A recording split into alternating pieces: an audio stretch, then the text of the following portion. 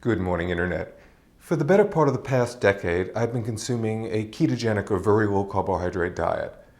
And I do so because it imparts one profound benefit for me. But before I get to that, just a disclaimer, when I say diet, I mean a lifestyle. I don't mean an artificial constraint on calories for a specific period of time with the intent of constraining or reducing body weight, nor the chronic reduction in calories with the intent to maintain a specific body weight. Rather, I mean a way of eating. Now, a ketogenic diet or a very low carbohydrate diet, at least as I practice it, is one that, not including fiber, generally keeps intake of carbohydrates below 50 grams. I'm often below 30 grams in total intake per day. And it's composed not of processed foods, but in my instance, predominantly whole and minimally processed foods. I eat a great deal of green leafy vegetables. I'm enamored with spinach and other yummy stuff from the ground. I also eat a lot of stuff that would run away from me. I eat a lot of beef and pork, and I eat a great deal of fish. In other words, my diet probably resembles what my diet would have been if I lived several thousand years ago and had to hunt and gather.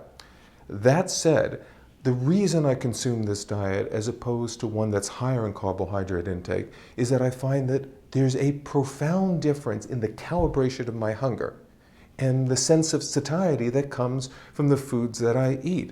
If I eat a meal rich in carbohydrate content, and particularly so if that meal contains a lot of processed or industrial foods, I find that my appetite doesn't match my energy needs, and in a very bad way. In other words, I can overconsume at massive levels of donuts and feel very little satiety until I feel rather sick from the excessive consumption. But if I have a large salad and steak, I get a great deal of pleasure out of that. I enjoy the meal greatly. But I find that it's within bounds. As soon as I get to a certain caloric intake, my hunger dissipates and I simply don't feel like continuing to eat. That's not the case on a more traditional Western or SAD diet, standard American diet. What is profound is that as a 50-year-old guy who's not particularly active, I'm not engaged in 4 hours of football or basketball or whatnot in the evenings, I maintain a rather remarkable body composition and body weight considering there's no deprivation. I'm sitting very close to single-digit body fat, and I'm doing so while holding a reasonable amount of muscle mass, especially calibrated to age and lifestyle. And I do that with no deprivation and a very nutrient-rich diet, which I derive great pleasure from consuming. So what I'd argue to those who find that hunger is their greatest enemy in reaching or maintaining their weight goals, perhaps like me, there's a metabolic dysregulation, a dysfunction that makes us prone to overconsumption in the face of a standard American or Western diet.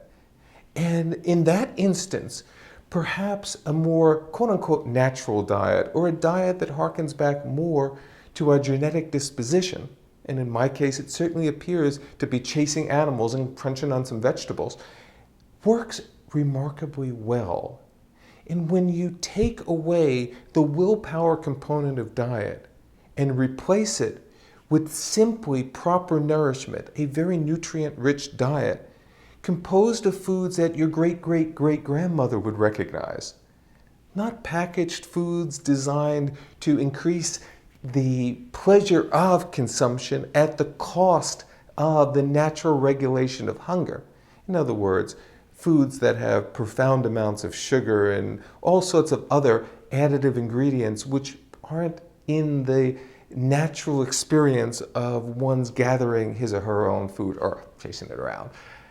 Anyway, what I would simply suggest is that for all those tens of millions of people in the US and beyond who are struggling with weight and who realize somewhere deep in their soul that this is wrong, I shouldn't have to expend this much effort for this little outcome, or I shouldn't be constantly dieting, then rebounding, then dieting again.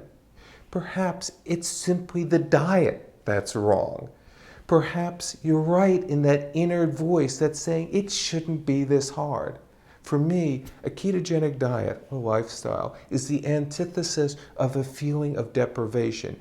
It is simply weight maintenance at a proper rational level with great body composition through the consumption of yummy foods. Hey, who doesn't like brie or blue cheese? And with that, I hope, comes greater health. I hope in some way this was informative, and I would appreciate if people have experiences that are good or bad with ketogenic diets, or low carbohydrate diets, or with other diets, that they express it in the comments. Thanks for watching.